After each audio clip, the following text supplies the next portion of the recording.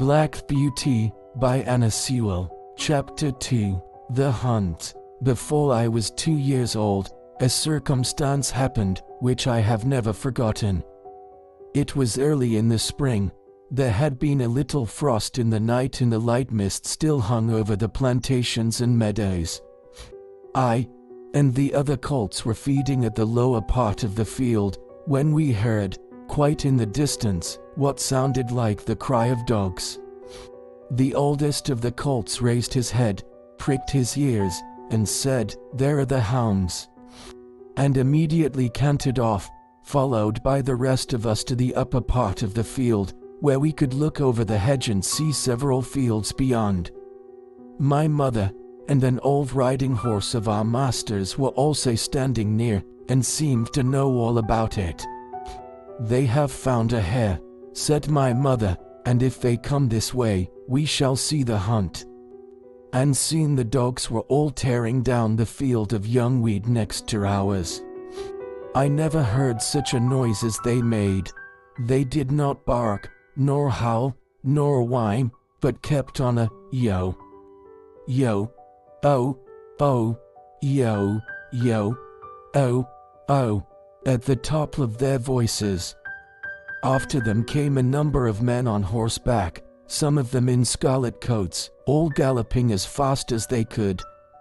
The old horse snorted and looked eagerly after them, and we young colts wanted to be galloping with them, but they were soon away into the fields lower down. Here, it seemed as if they had come to a stand. The dogs left off barking and ran about every way with their noses to the ground. "They have lost the scent," said the old horse. "Perhaps the hare will get off." "What hare?"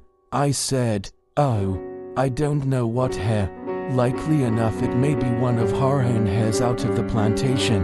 Any hare they can find will do for the dogs and men to run after." And before long the dogs began the yo, yo, oh, oh, again, and back they came all together at full speed, making straight for our meadow at the part where the high bank and hedge overhang the brook. "Now we shall see the hare," said my mother, and just then a hare wild with fright rushed by, and made for the plantation. On came the dogs. They burst over the bank, leapt the stream, and came dashing across the field, followed by the huntsman. 6 or 8 men leaped their horses clean over, close upon the dogs. The hare tried to get through the fence. It was too thick, and she turned sharp round to make for the road, but it was too late. The dogs were upon her with their wild cries. We heard one shriek, and that was the end of her. One of the huntsmen rode up and whipped off the dogs, who would soon have torn her to pieces. He held her up by the leg torn and bleeding, and all the gentlemen seemed well pleased. As for me, I was so astonished that I did not at first see what was going on by the brook, but when I did look, there was a sad sight. 2 fine horses were down, one was struggling in the stream, and the other was groaning on the grass. One of the riders was getting out of the water covered with mud, the other lay quite still. "His neck is broke," said my mother. "And serve him right too," said one of the colts. I thought the same, but my mother did not join with us. "Well, no," she said, "you must not say that. But though I am an old horse, and have seen and heard a great deal, I never yet could make out why men are so fond of this sport. They often hurt themselves, often spoil good horses, and tear up the fields, and loll for a hare or a fox, or a stag, that they could get more easily some other way. But we are only horses, and don't know." Whilst my mother was saying this, we stood and looked on. Many of the riders had gone to the young man, but my master, who had been watching what was going on, was the first to raise him.